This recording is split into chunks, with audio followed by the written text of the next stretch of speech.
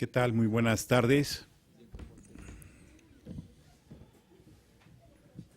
Vamos a dar inicio a la sesión número... ¿A qué no saben qué sesión es la de hoy? ¿Qué número es la sesión de hoy? Ay, sí saben. Oh. Ah. Nuestra sesión número 14. ¿Saben cuántas nos quedan? Cuatro. Entonces, acuérdense que el tiempo para entregar su ensayo se va cortando, ¿sí?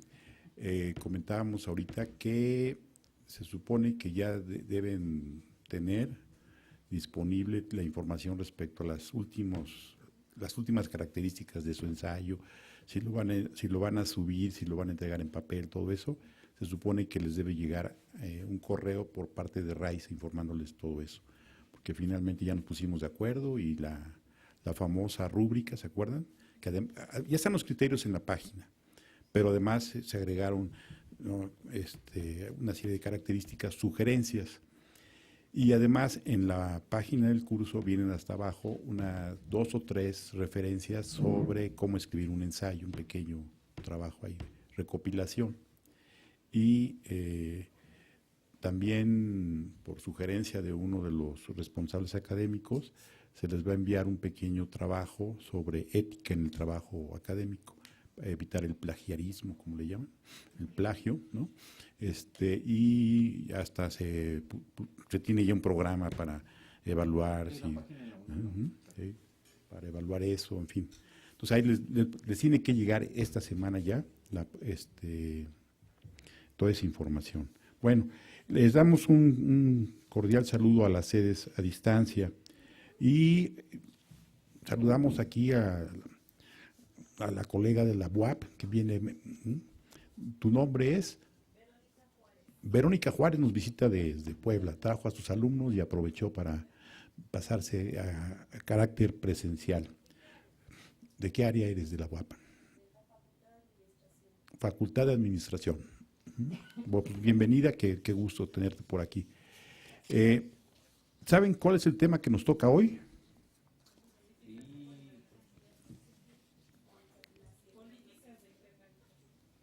¿No? Internacionalización. ¿Y quién es nuestro invitado ponente para esta sesión? El doctor Armando Alcántara, que tengo el gusto de presentárselos, aunque la mayoría ya lo conocen. Tiene bueno, además de tener el defecto de que es mi amigo, tiene otro muy grave, que es de origen, que es psicólogo, egresado de la UNAM. Entonces eso, ¿sí? Maestro en educación por la Universidad de Stanford, órale. Doctor en educación por la Universidad de California en Los Ángeles. En la actualidad ya es investigador titular C. Y luego ya llegaste al tope en el ISUE, en el Instituto de Investigaciones sobre la Universidad y Educación. No viene a cuento, pero está en proceso de cambio de dirección el instituto, ya que no saben quién es uno de los que están formando el grupo de posibles directores. ¿No? Entonces, felicidades, Armando, que tenga suerte. Investigador nacional nivel 1, miembro de la Academia Mexicana de Ciencias y consejero universitario. Es profesor y tutor del posgrado de Pedagogía, ha publicado innumerables artículos académicos, libros, capítulos, ha presentado muchas ponencias y miembro de varios comités editoriales de revistas especializadas en educación. Él es uno de los mismos fundadores del seminario y también responsable académico de estos cursos en las 8 versiones que se ha tenido de él. En la página del seminario viene una sección de los integrantes del seminario. Ahí podrán ver la enorme producción que tiene Armando. Y cada semana en este suplemento que hemos estado publicitando de Milenio, Armando tiene una colaboración importante. Entonces cada semana hay que estarlo leyendo ahí los jueves, ¿no? Entonces, pues sin más, ¿te parece bien empezar con La internacionalización. La internacionalización. De las políticas en educación superior. Bien, pues empecemos y bienvenidos todos y saludos a las sedes foráneas. Bueno, muchas gracias, buenas tardes. Pues tengo el gusto de presentar el tema de la internacionalización de la educación superior. Hace 2 semanas, cuando Marion Lloyd expuso su tema de la globalización, pues dio algunos indicios de cuáles eran estas características y estas tendencias internacionales de la educación superior. Y bueno, el asunto es que tanto la globalización como la internacionalización pues están muy ligadas de tal manera que es difícil disociarlas. Lo que yo les voy a presentar, bueno, pues son algunos de los temas principales que, bueno, primero son unos antecedentes históricos, después el asunto del contexto global, luego cómo se relacionan la globalización, la internacionalización y la transnacionalización, posteriormente la internacionalización de la educación superior con algunos conceptos, definiciones, luego las diferencias entre la internacionalización y la transnacionalización, luego qué pasa en la región latinoamericana con la internacionalización de la educación superior, después un tema que también da un poco de contexto, lo que son las migraciones y los estudiantes internacionales, después un poco más enfocado en las características de estos últimos, luego cuáles son algunas de las organizaciones promotoras de intercambio y movilidad estudiantil y académica. El penúltimo sería el espacio común de educación superior en América Latina y finalmente algunos elementos críticos de la internacionalización de la educación superior.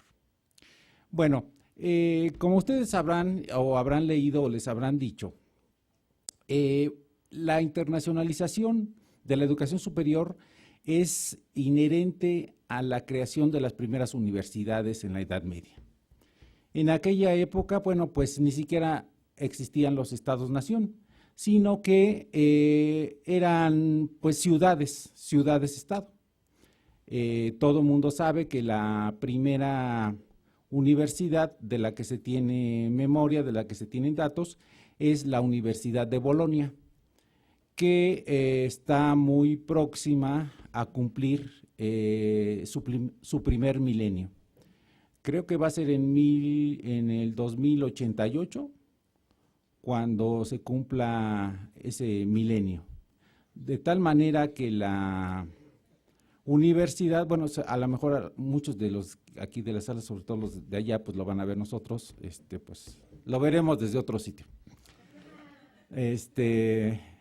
Y entonces, pues esa institución, ¿verdad? Esa longeva, muy longeva institución que es la universidad, pues ha subsistido a los cambios tan grandes que han acontecido en la humanidad desde entonces, ¿no? Bueno, pues por aquella época, pues imagínense, no una universidad como la de nosotros, sino, bueno, pues una pequeña, pues no sé si incluso en algunos edificios, al principio hasta en algunas iglesias, ahí se juntaban los estudiantes y los profesores, que la característica también que es muy documentada de esta primera Universidad de Bolonia es que eran los estudiantes los que contrataban a los profesores. Es decir, pues por ahí sabían de algún profesor notable por sus conocimientos en derecho, filosofía, y decían, bueno, pues nosotros 15, 20 queremos que nos dé clase y le vamos a pagar y tal, ¿no? Y claro, por aquella época lo que sería ahora el inglés era el latín, ¿no? El latín en esa época era la lengua franca, es decir, la lengua con la que se empezaron a escribir los primeros libros, como que el lenguaje universal, ¿no? Y bueno, pues había pues unos programas de estudio y sistemas de exámenes pues muy ceremoniosos, ¿no? Y pues de alguna manera estaban con alguna estructura. Y bueno, ahí había también los inicios de un reconocimiento de los estudios en esos países de la cristiandad. Bueno, pues en aquella época en Europa pues estaba el asunto aquel del inicio de la reforma de la Iglesia Católica, en fin.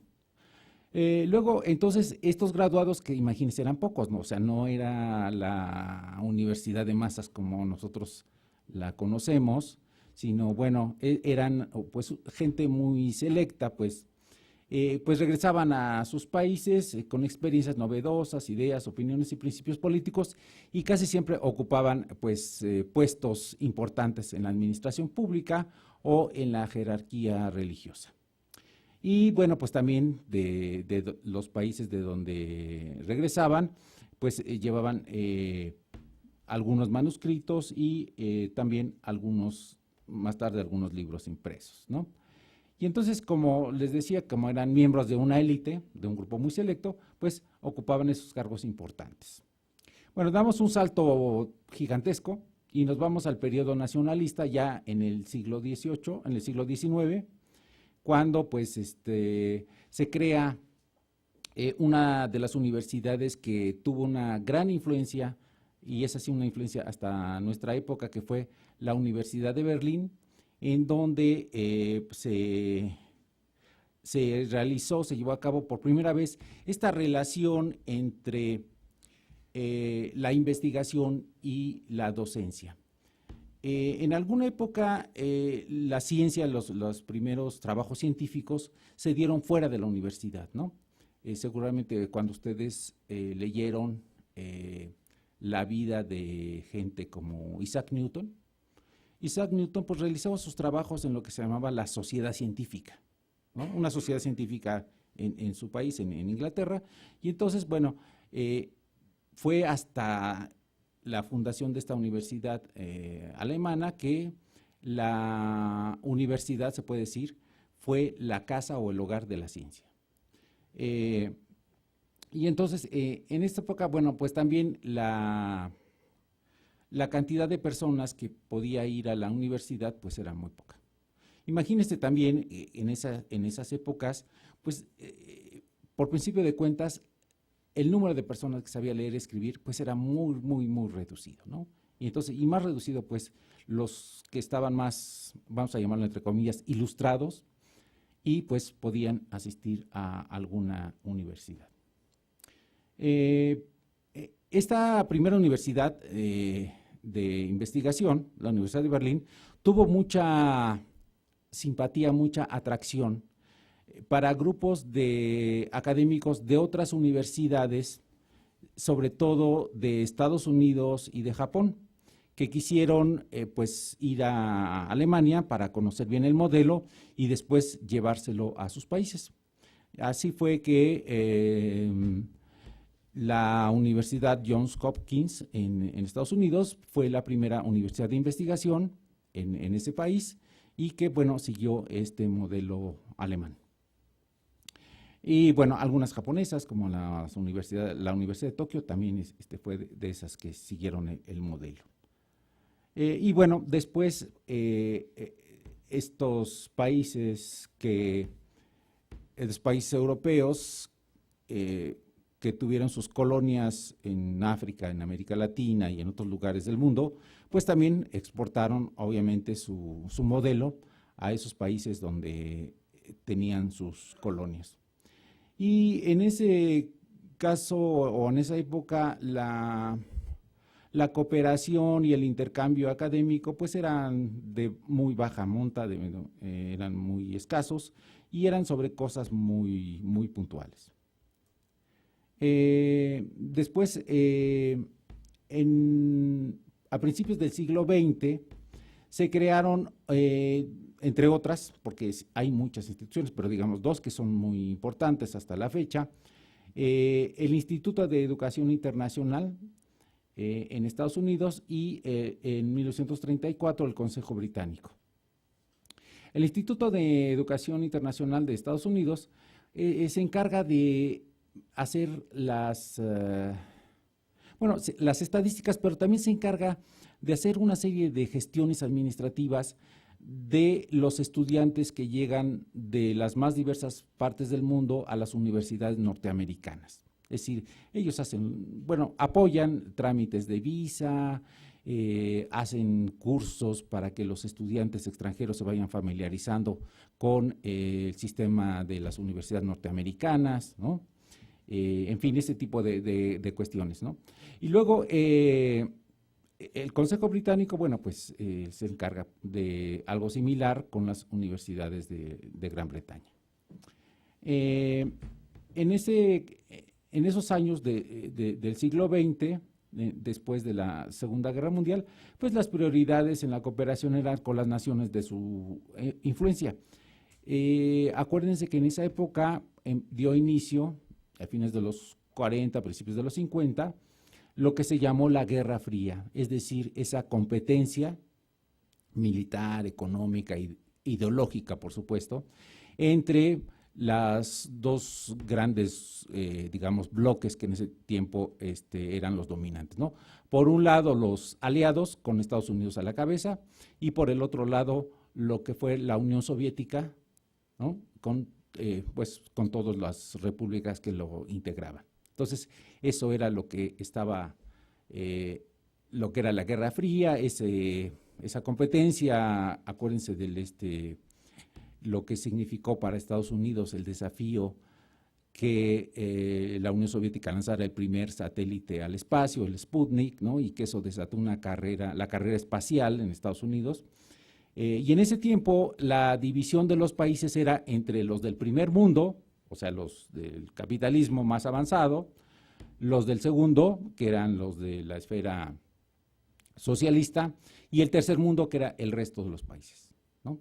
Entonces, esta clasificación duró pues mucho tiempo hasta que desapareció la Unión Soviética a fines de los años 80, ¿no?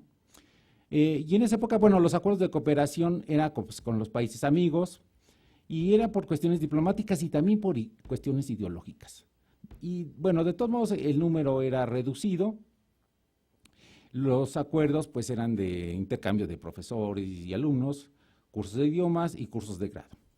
En esa época de la Guerra Fría, no sé si tú te acuerdas también, Jorge, porque fue muy popular incluso aquí en la universidad y en el mundo de la educación superior. Había una universidad internacional de solidaridad con los pueblos que se llamaba la Patricio Lumumba. Era una universidad situada en la Unión Soviética, en la que pues había beca completa y todos los gastos de manutención para los estudiantes que se animaran a ir a estudiar alguna carrera ahí, pues, y había pues de todo, ¿no? Africanos, asiáticos, latinoamericanos, y era una cosa donde había el asunto aquel de ¿cómo le llamaban? La solidaridad internacional, el internacionalismo solidario, el internacionalismo proletario. No, pero sí conocí a varios colegas, algunos amigos que fueron y que, bueno, pues decían que era, pues sí, todo pagado. La cosa era aguantar el frío, ¿no?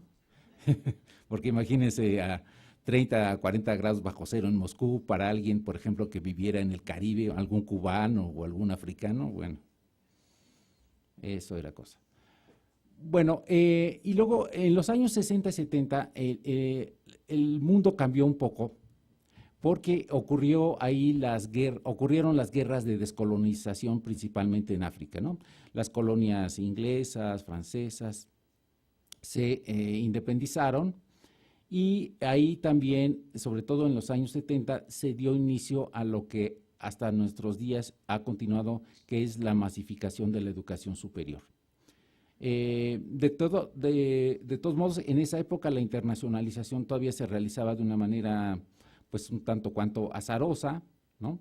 Y también se daba este flujo de los estudiantes internacionales en ese sentido que vamos a ver un poquito más adelante con detalle, el sentido sur-norte. Ahí también empezó a cambiar un poco la denominación de los países, ¿no? Se empezaba, algo que después ya se hizo más notorio, con que los países del sur, aunque estuvieran en el norte, eran los países pobres, ¿no? Y los países del norte eran los países ricos, ¿no? Lo vamos a ver después un poco con más detalle, pero empezó esa cuestión de la denominación de los países del sur y los países del norte. Ahí también hubo el inicio de algo que se llama la fuga de cerebros debido a pues malas condiciones de trabajo económicas en algunos países, pero también en otros hubo digamos, el asunto de los problemas y los conflictos políticos, ¿no? Por ejemplo, en México en los años 70, ustedes también lo saben, llegaron a México procedentes de algunos países sudamericanos, ¿no? Como Argentina, Uruguay, Chile, Brasil, sobre todo académicos, ¿no? Y sobre todo a esta universidad, que tuvieron que salir de sus países huyendo de las dictaduras y como pues era gente, las universidades pues sobre todo eran lugares de crítica y de donde había pues gente de izquierda, pues fueron muy atacadas y muchos de ellos tuvieron que salir y México les dio apoyo, les dio asilo. Y bueno, pues estuvieron por acá varios años y pues gente muy, muy, muy distinguida, ¿no? Y algunos se regresaron, algunos otros se quedaron. Bueno, y entonces les decía yo que a partir de los años 80, sobre todo al final, el contexto global se modificó. Es cuando se inicia lo que llamamos la globalización y hay un fuerte progreso de los países de la Unión Europea y de Japón, que les permitió en ese tiempo hacer grandes inversiones en investigación y desarrollo para competir de alguna manera con Estados Unidos, sobre todo en el terreno económico. Y a fines de esa época, de esa década, de la de los 80, también, bueno, se los he dicho, pues se modifica el panorama mundial cuando se da el colapso de la Unión Soviética. Y de ahí se pasa de una hegemonía bipolar, aquella de la Guerra Fría, a una multipolar, ¿no? Y que, bueno, ahora lo vemos de una manera más clara, de que está, bueno, no solamente es Estados Unidos, es Europa y ahora las potencias o la potencia emergente que es China, de tal manera que, bueno, el mundo se ha vuelto más, pues más complicado. Cuando Marion hizo su exposición hace 15 días, pues ella nos dio varias definiciones de lo que era la globalización. Ya no me acuerdo si entre ellas estuvo esta que están ustedes viendo, que es la de Manuel Castells, donde señala que la globalización es un modelo distintivo de la acumulación de capital. Los marxistas dirían que sería una etapa en el desarrollo del capitalismo, ¿no? Y que se caracteriza, bueno, pues por el asunto de el empleo de las tecnologías de la información y la comunicación, de los rapidísimos cambios financieros, ¿no? Y por esa velocidad con que se realizan los intercambios de bienes y servicios, así como de mercancías.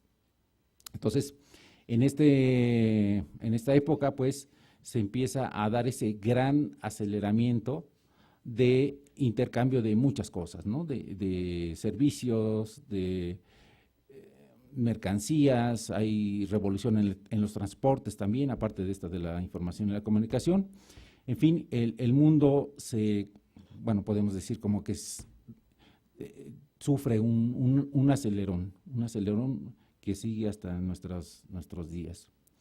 Si lo vemos un poco en cuanto a la división del trabajo, también a partir de los años 80 se da esta división internacional del trabajo, en la que, bueno, como que los países se van especializando en la, pues, fabricación, elaboración de ciertos productos. Hay, como se llama, los nichos, la búsqueda de esas cosas en donde los países son más competitivos, algunos países empiezan a hacer estrategias para atraer inversión extranjera. Las compañías, y eso es una cosa muy interesante, las grandes empresas multinacionales sacan sus grandes plantas de producción de sus países nativos, de los países centrales, y las empiezan a esparcir por todo el mundo, ¿no? Ustedes han visto, por ejemplo, lo vemos, muchas de los artículos que usamos o los que vemos, sobre todo las marcas más prestigiadas, más famosas, cuando vemos la etiquetita dice Made in China, Made in Vietnam, Made in no sé qué, en un montón de países. Esto, obviamente, a ellos les significó un gran ahorro porque la mano de obra de estos países, vamos a llamarlos en otra denominación, estos países periféricos, algunos pobres, pues la mano de obra es baratísima en comparación con la mano de obra de los países centrales, ¿no? O sea, no es lo mismo lo que le pagan a un obrero o lo pagaban a un obrero de la industria automotriz en Detroit, a lo que le pueden pagar en Hermosillo, ¿no? O a lo que le pueden pagar en Sao Paulo. Entonces, esto pues también significó una revolución comercial muy, muy, muy importante. Bueno, y entonces pues el uso cada vez más intenso de las tecnologías digitales y de la información da lugar a esta economía que ahora se centra en la provisión de servicios y en la que la producción y el intercambio de conocimientos también toma un papel estratégico, ¿no? Si ustedes ven pues casi en cada uno de los productos que usamos cotidianamente, toda la cuestión de conocimiento que hay y de conocimiento aplicado, pues uno pues se sorprende, ¿no? Es decir, cómo ha ido cada vez más rápido la aplicación de la tecnología a los productos y servicios de uso cotidiano. Bueno, esta es otra característica de la globalización. Bueno, también otra característica en el terreno que podemos llamar incluso geoeconómico, porque hay cosas de economía, pero con estrategias, es la formación de esos grandes bloques económicos. Y también la creación de organismos multilaterales, ¿no? Como la Organización Mundial del Comercio, la formación de los bloques, como decía, a través de la firma de tratados, como el Tratado de Libre Comercio de América del Norte, en el que está México, Canadá y Estados Unidos, la consolidación de la Unión Europea, que empieza pues, a principios de los 80, en el caso también de nuestra región, el Mercado Común del Sur, que es el Mercosur, etcétera. Una serie de bloques que si hacemos un censo, pues nos da una lista muy, muy larga de cómo es que los países se van asociando con fines estratégicos. Bueno, y ahora podemos hacer un contraste entre estas tres palabritas que parecen trabalenguas, ¿no? La globalización, la internacionalización y la transnacionalización. Entonces, dijimos que la globalización es ese flujo enorme de tecnologías, de economías, de conocimientos, de gente, de valores, de ideas que rebasan las fronteras, ¿no? El mundo, pues, en ese momento se vuelve más pequeño, por decirlo de manera metafórica.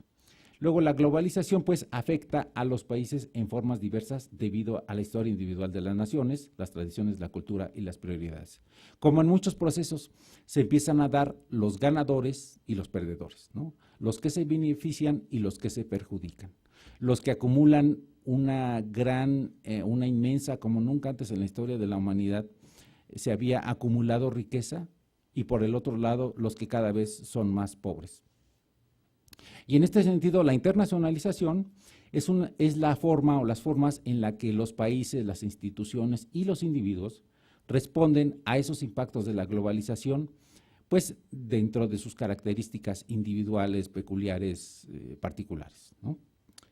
Y la transnacionalización, sobre todo en el terreno de la educación superior, porque transnacionales también hay empresas, ¿no? Las famosas empresas transnacionales que pues tienen sus esferas de influencia pues en distintos países, ¿no? Pero en el caso de la educación superior, la transnacionalización pues conlleva esa transformación en un servicio que se sujeta y que se vuelve cada vez más acentuado con las reglas del mercado y el predominio de los intereses de las empresas educativas que pues rebasan las fronteras. Pues aquí una de las autoras más destacadas de la educación superior, una constante analista, una persona que siempre está pues estudiando los procesos de internacionalización, ha señalado que es un proceso de integración de estas dimensiones internacional, intercultural y global en el propósito y funciones de la provisión de la educación. Fíjense ahí que incluso ya ni siquiera se llama educación superior ni educación terciaria, se llama educación postsecundaria. Es decir, que después de, bueno, tengo que hacer otras aclaraciones. Cuando acá hablan de postsecundaria, en el mundo anglosajón y en muchos otros países, la secundaria es la preparatoria, porque la primaria, espero que no sea confusa, la primaria incluye la secundaria, nuestra secundaria, ¿no? Entonces, para ellos, secondary school es lo que para nosotros sería el equivalente a la media superior o al bachillerato. Entonces, ellos por eso dicen la educación postsecundaria, o sea, después del bachillerato, con toda la variedad que hay, ¿no? No solamente es la universidad, no solamente son los programas de 4 años, sino hay programas de 2 y toda una variedad tremenda de modalidades de educación superior, que también es una de las características del desarrollo de la educación superior a partir de los años 80. ¿Cómo voy, Jorge? ¿Bien? ¿Del tiempo?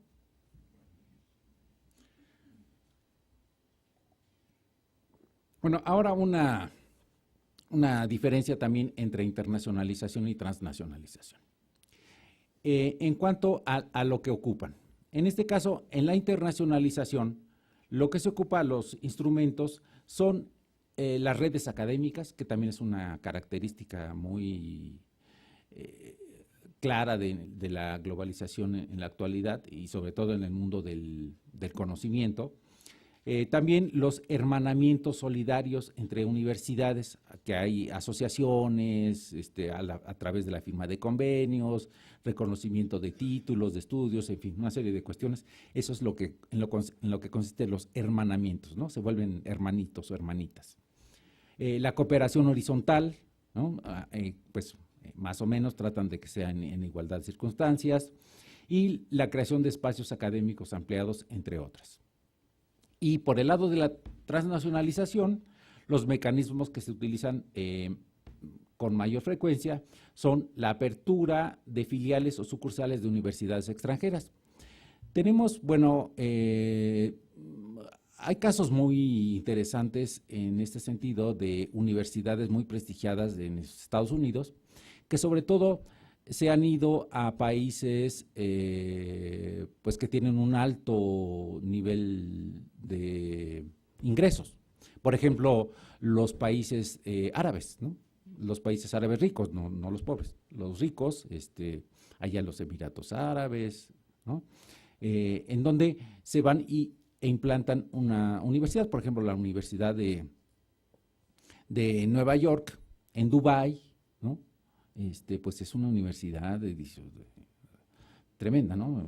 Con mejores instalaciones casi que la de Nueva York.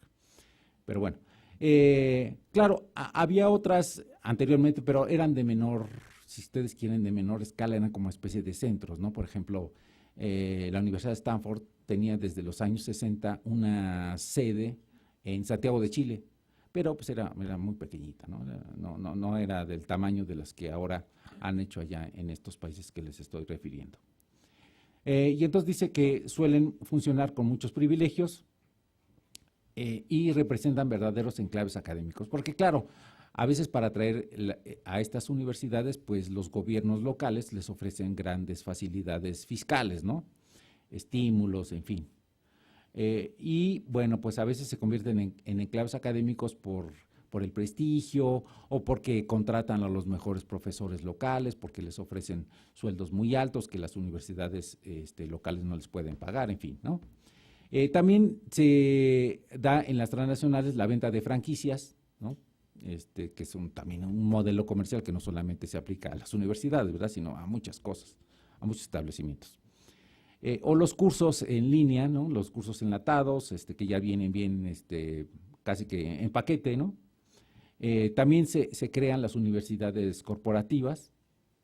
Hace rato incluso estaba ahí Amanda me estaba ayudando a hacer este PowerPoint y vimos en un anuncio ahí en el correo electrónico donde anunciaba un curso de creo que 2 o 3 semanas para que uno creara su propia universidad corporativa. Entonces decía, cree su propia universidad corporativa, en 3 semanas asista a este curso, tal, ¿no? Y bueno, otra son las universidades virtuales internacionales, estas que vemos también con anuncios por todos lados, ¿no? Estudia una maestría a distancia en, no sé, en 1 año, 2 años, sin salir de su casa, de su oficina, tal, ¿no? Es parte de la transnacionalización de la educación superior. Ahora, en América Latina, pues la internacionalización de la educación superior al principio fue pues lenta, ¿no? Primero un poco tardía, apenas de hace unos 20 años, y como respuesta a estas coyunturas de integración comercial y económica, ¿no? A raíz de la firma de estos tratados comerciales.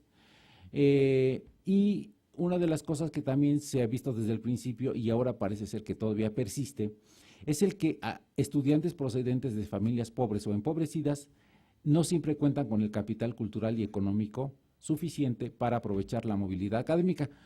Sobre todo, por ejemplo, el asunto de los idiomas, ¿no? Ustedes saben que el dominio de un idioma extranjero a veces es una de las barreras o de los obstáculos con los que se topan muchos estudiantes.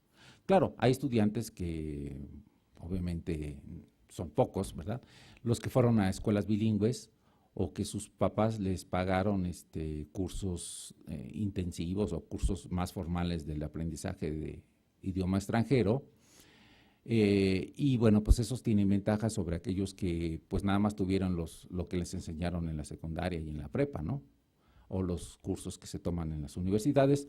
Entonces ahí hay una especie como de, vamos a llamarlo, inequidad, ¿no? Porque no son las mismas condiciones y entonces por eso algunos estudiantes pues pueden sacar mayor provecho de estas oportunidades académicas que otros.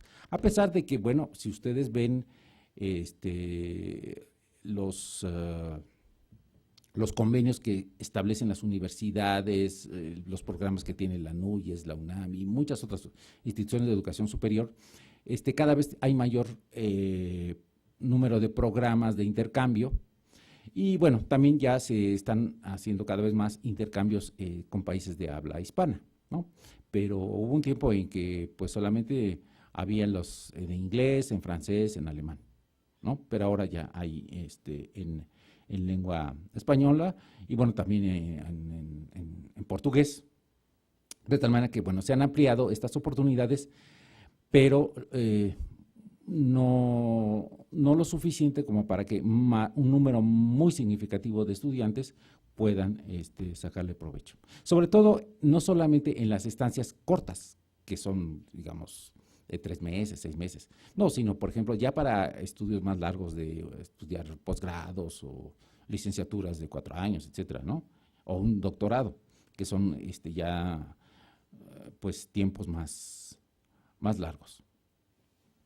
Bueno, y a partir de los 90 y de fines de los 90, pues se ha observado, como les decía, ese incremento en el número de convenios, tanto entre los gobiernos como entre las instituciones, para reforzar la cooperación internacional. Y también, bueno, se privilegia o se trata de privilegiar las actividades innovadoras de la internacionalización. Entonces, distintas modalidades de cursos, lo que se llaman las dobles titulaciones. En Brasil le llama, ¿cómo le llaman los brasileños? Los programas sándwich, porque son entre dos, ¿no? Luego, hay también un interés creciente de los investigadores para adquirir una formación doctoral en el extranjero, pues porque también viene el asunto de los estímulos, de entrar al Sistema Nacional de Investigadores, de entrar a los programas del PROMEP, ¿no? Y con ellos el avance en la carrera académica es a través de estudios de posgrado y bueno, pues en la guerra de las credenciales, pues la que tiene mayor prestigio a veces vale más o se piensa que vale más bien, se piensa que vale más y entonces pues algunos tratan de irse a obtener sus posgrados en el extranjero. También, a pesar de los esfuerzos, ha habido una dificultad para internacionalizar el currículum, porque a veces, bueno, se supone que se tiene cierta desconfianza de los conocimientos de otros países o de otras culturas, ¿no?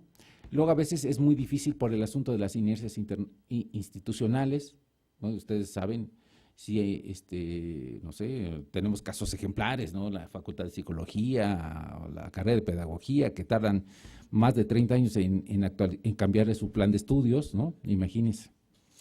Entonces, este es un asunto a veces altamente conflictivo, porque en el terreno local hay grupos que no propician el cambio, ¿no? Y luego a veces también el asunto de la identidad cultural y la autonomía universitaria. Luego también se ha visto una consolidación de instancias encargadas de la conducción del manejo de las relaciones internacionales, sobre todo estas oficinas especializadas, ¿no?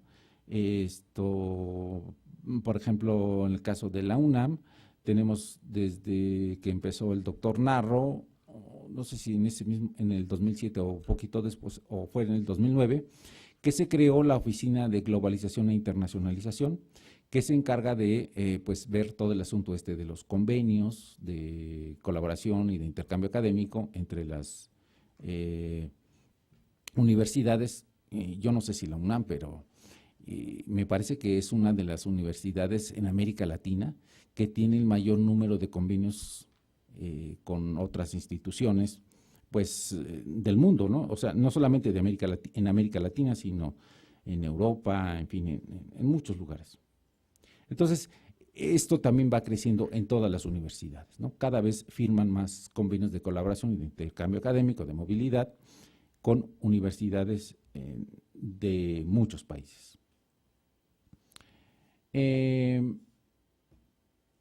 En este sentido también, desde fines de los 90 y hasta la actualidad, se han creado pues estructuras, mecanismos, asociaciones de cooperación interregionales, como es el Grupo Montevideo de las universidades del Mercosur, ¿verdad? En el año 2003, por ahí, se creó en América Latina, promovida por la UNAM, la Red de Macrouniversidades de América Latina, el Espacio Común de Educación Superior de América Latina, aunque antes había ya algunas asociaciones, por ejemplo, la Unión de Universidades de América Latina, que es ya desde hace más de 60 años, pero que no tenía mucha actividad como la que tiene, por ejemplo, ahora, que es toda una organización latinoamericana a la que pertenecen más de 200 universidades, que tiene sus mecanismos de acreditación, en fin, ¿no? Pues estas asociaciones han ido creciendo, han ido madurando.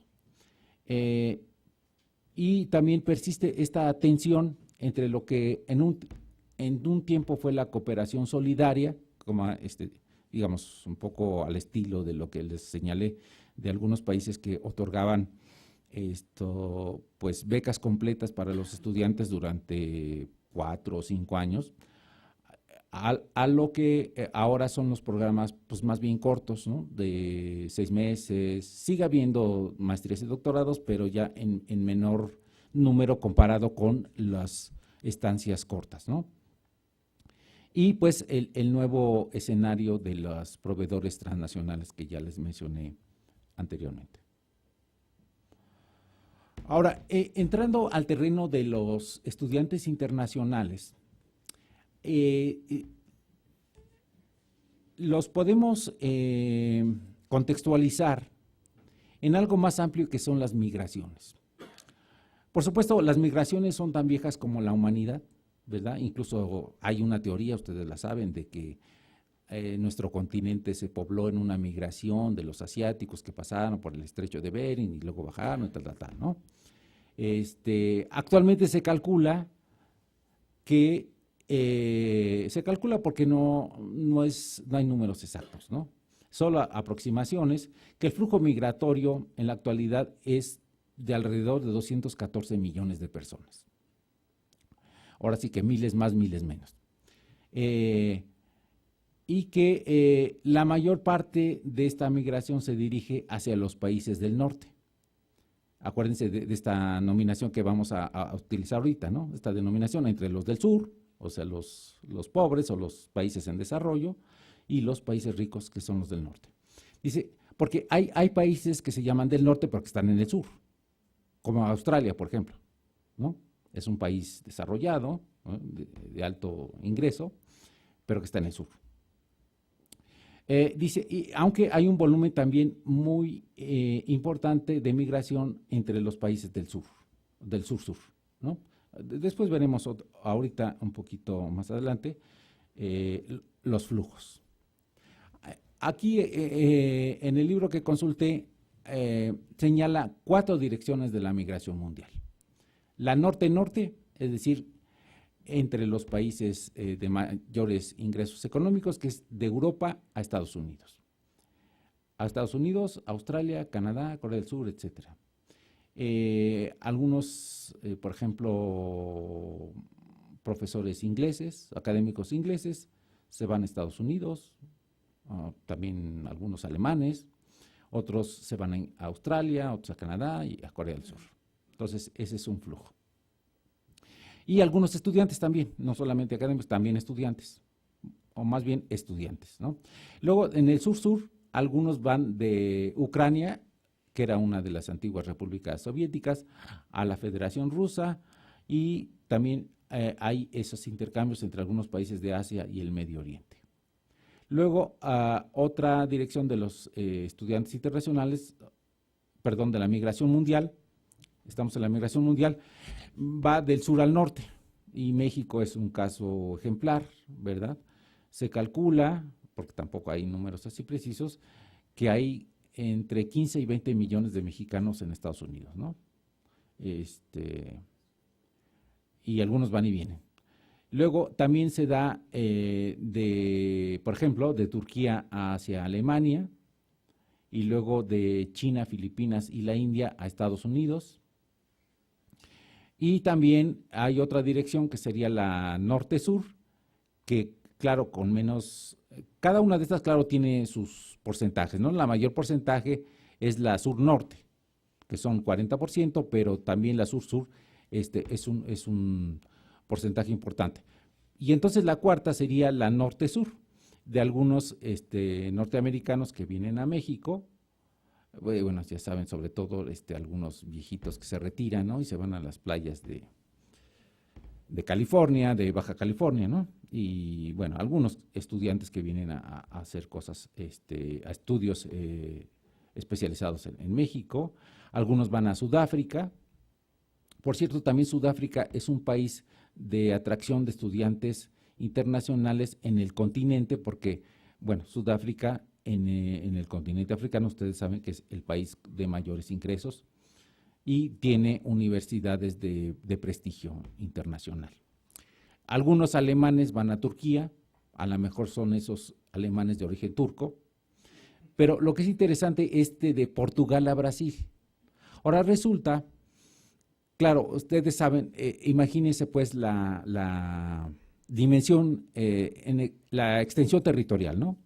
O sea, el tamaño de Brasil, 8 millones de kilómetros cuadrados, contra el de Portugal.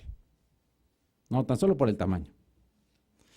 Pero también la economía, a pesar de que la economía de Portugal ha mejorado un poco, pues algunos portugueses se han ido a las principales ciudades brasileñas porque ahí encuentran mayores y mejores oportunidades de trabajo, ¿no? Y también algunos italianos van a Argentina, así como algunos argentinos van a Europa, pero también algunos italianos se van a Argentina. Que por otro lado, en alguna época, ustedes saben, Argentina fue un país de inmigrantes, ¿no? Ahora últimamente ha bajado, pero hubo una época en que llegaron pues, muchísimos italianos, ¿no? Italianos a muchos lados, porque llegaron a Argentina, a Estados Unidos, a muchos lugares cuando una época en que había grandes hambrunas en Italia y en algunos países de Europa, no solamente eso. Bueno, se calcula también que existen en la actualidad 4,5 millones de estudiantes que se inscriben fuera de su país de origen, lo cual ha duplicado a los que había en el año 2000. Y la mayor parte de estos estudiantes internacionales provienen de los países del sur y cursan sus estudios en las instituciones de educación superior del norte, sobre todo en estas de mayor prestigio que son las de Estados Unidos, Gran Bretaña y Australia principalmente. En Australia sobre todo van estudiantes de los países de Asia. Es una receptora importante y no sé si ustedes se acuerdan cuando expuso Marion que para estos países, estos 3 países, los estudiantes internacionales representan una fuente muy importante de ingresos porque pues las colegiaturas que pagan los estudiantes son muy elevadas, ¿no? Y en esos países, además de que son elevadas, pues los extranjeros todavía pagan más. Entonces, y sobre todo para Australia, digo por el tamaño de su economía, y bueno, es creo que una de las 4 principales fuentes de divisas, los pagos que realizan los estudiantes internacionales. Entonces, de ese tamaño es la importancia económica para algunos países el que reciban estudiantes internacionales. Sin embargo, dada la dinámica de la globalización, es muy probable que estos destinos tradicionales cambien como resultado de políticas educativas en algunos países como Canadá, China, Taiwán, Singapur, estos que ven ustedes, incluyendo México, que plantean atraer más estudiantes internacionales en el futuro. Y en el caso particular, China tiene una meta muy bien establecida que se propone registrar o invitar a 350,000 estudiantes internacionales, sobre todo provenientes de África y de otros países asiáticos, para que cursen programas de corto y mediano plazos. No sé si ustedes se han encontrado por ahí, yo me he encontrado en la red varias convocatorias de los chinos, de universidades chinas, para estudiar, licenciaturas o posgrados, ¿no? No me he puesto a averiguar bien exactamente los requisitos, porque está en chino. No, está en inglés, pero pero sí, está muy amplia la oferta de becas para ir a China. Bueno, entre los beneficios de la internacionalización, algunos de ellos, ¿no?, serían el fortalecimiento de la investigación y la producción de conocimientos, porque se supone que se va a hacer estancias cortas o medianas o largas a esos centros que son los más importantes en la generación y difusión de conocimiento científico y tecnológico. También, pues, se mejora la internacionalización del currículum, en el caso de, pues, incluir en los currícula, conocimientos recientes, de frontera, en fin, ¿no? También se mejora el prestigio y el perfil de la institución, decir, bueno, es que ahora tenemos intercambio con, no sé, con Harvard o alguna de esas universidades o con las universidades inglesas o alguna de Europa, ¿no? Luego también hay un incremento en la orientación internacional del académico, es decir, como que se abren las redes, esas redes académicas, se participa en proyectos de mayor envergadura, con mayor financiamiento, hay más relaciones, aumenta el prestigio, etcétera, ¿no?, en el caso de los profesores e investigadores. Luego también hay una mayor conciencia de la internacionalización de los estudiantes. Pues claro que es muy atractivo para un estudiante pues conocer nuevos países, nuevas personas, nuevas culturas, ¿no? Digo, al menos a mí así me me pareció, y supongo que a muchos con los estudiantes con los que he platicado sí les encantaría hacer o tener una experiencia de internacionalización en alguna universidad de algún otro país, o incluso a veces hasta del propio país, ¿no? Y también, bueno, pues aumenta la cooperación y la solidaridad internacional.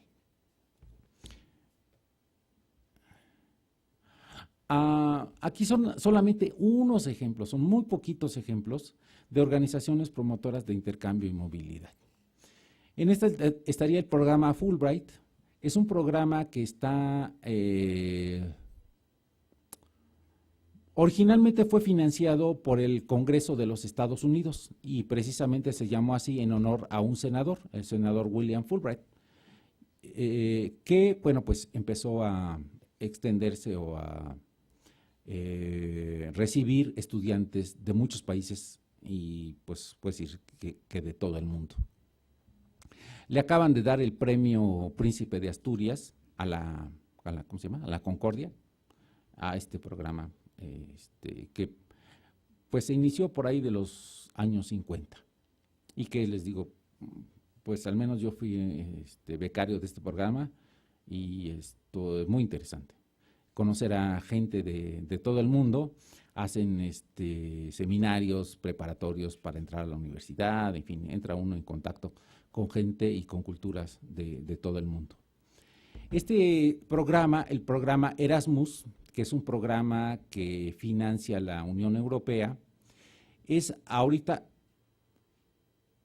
tal vez el mayor, o cuando menos uno de los mayores programas por su alcance, por el número de personas que participan, por el financiamiento que tiene, y que no solamente es para los estudiantes de la Unión Europea, sino se ha extendido a las distintas regiones del mundo. En un principio, pues, era solo para los europeos, y este programa se originó a partir de los acuerdos de Bolonia. Ustedes saben que en estos acuerdos de Bolonia se asociaron las universidades de los distintos países que formaban la Unión Europea. Después incluso se agregaron otros países europeos que no pertenecen a la Unión Europea. Y entonces este programa pues acaba de sufrir una actualización, una transformación. Hay una nueva época que se llama Erasmus Plus, y que no solamente da cursos académicos, sino también cursos de formación, de actualización en los empleos, en oficios, etcétera, para que se mejore la formación académica y la formación profesional de los jóvenes europeos. Y en el caso preciso de la educación superior, el programa Erasmus Mundus es el que se ha ampliado a otras regiones del mundo, ¿no? El otro es el conocido Servicio Alemán de Intercambio Académico, el DAAD, ¿verdad?, que también ofrece las becas para ir a las instituciones alemanas. El Consejo Británico, la Agencia Japonesa de Cooperación Internacional. En el caso de América Latina, Universia Santander ha sido muy ampliado. Tuvieron una tremenda reunión hace unos meses, ¿no?, en Río de Janeiro, donde, pues antes, no sé decirlo así, antes de morir el señor Botín, ofreció 700 millones de euros para la movilidad académica en este programa Universia. Entonces, pues es un programa que pues está teniendo una gran difusión y muy activo en el asunto de la movilidad académica. En América Latina se ha intentado en los últimos años crear, un poco a la manera de lo que hizo la Unión Europea, el Espacio Común de Educación Superior. A partir también de lo que fueron los acuerdos de Bolonia en la Unión Europea, que se firmaron en el 99, se creó ese Espacio Común de Educación Superior, que, como les decía, en Europa ha sido el más exitoso porque pues han participado jóvenes y no tan jóvenes, los académicos, en muchísimas acciones de intercambio, ¿no? Sí, casi que cada estudiante europeo,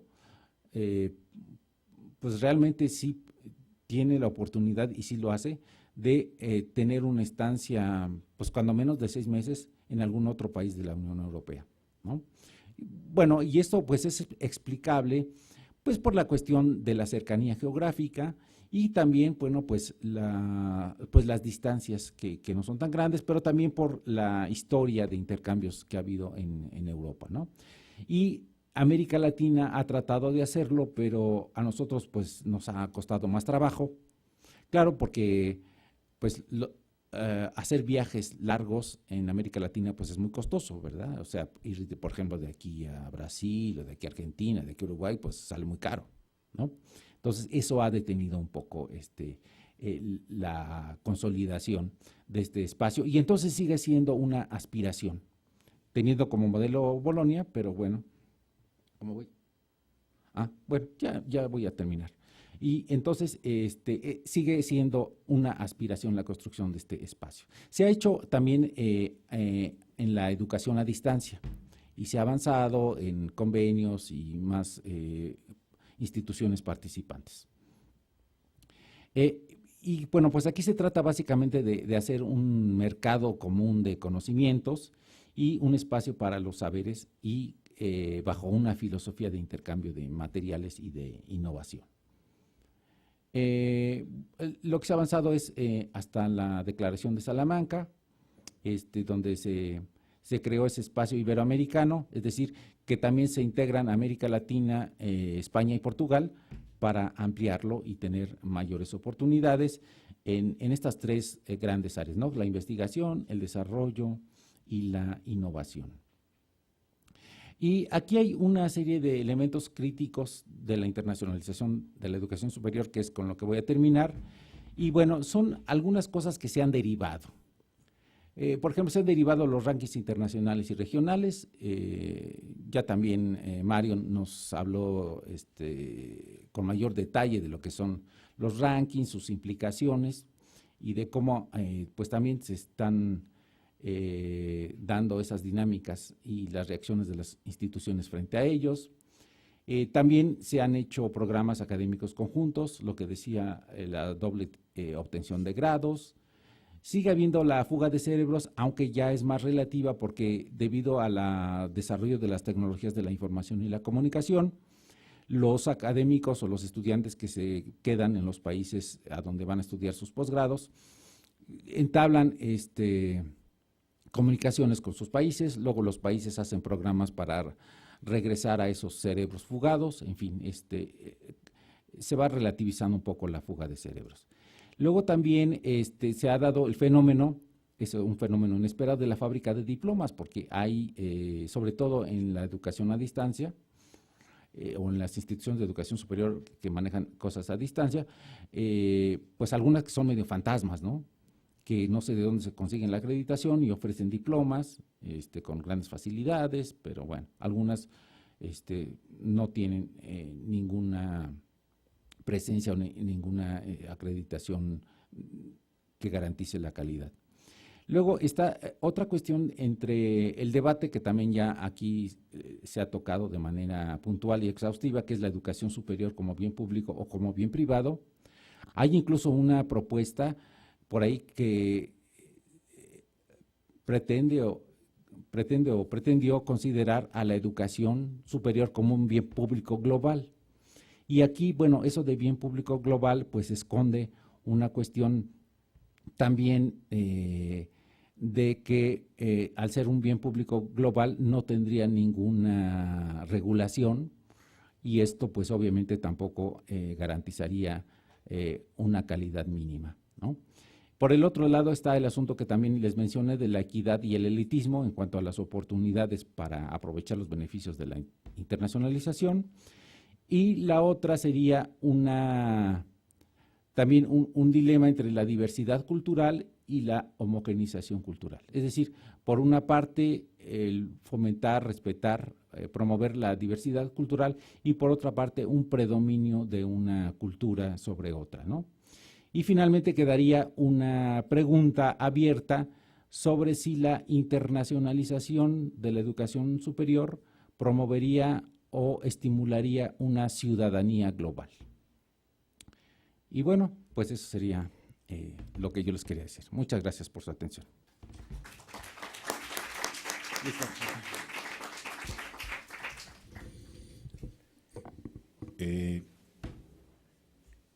Pasamos a un receso.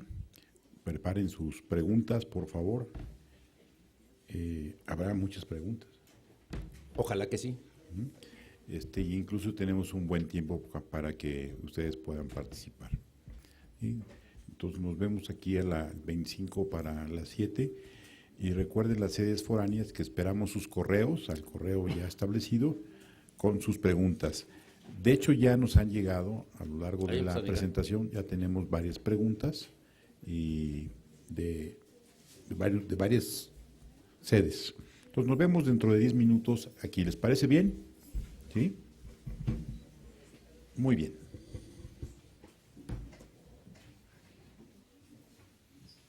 Muy bien. ¿Qué?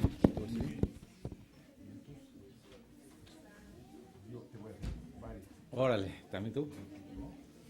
¿Está bien? ¿Le parece bien? Sí, sí. ¿Sí? Hola. Claro, por favor, no preguntes, claro.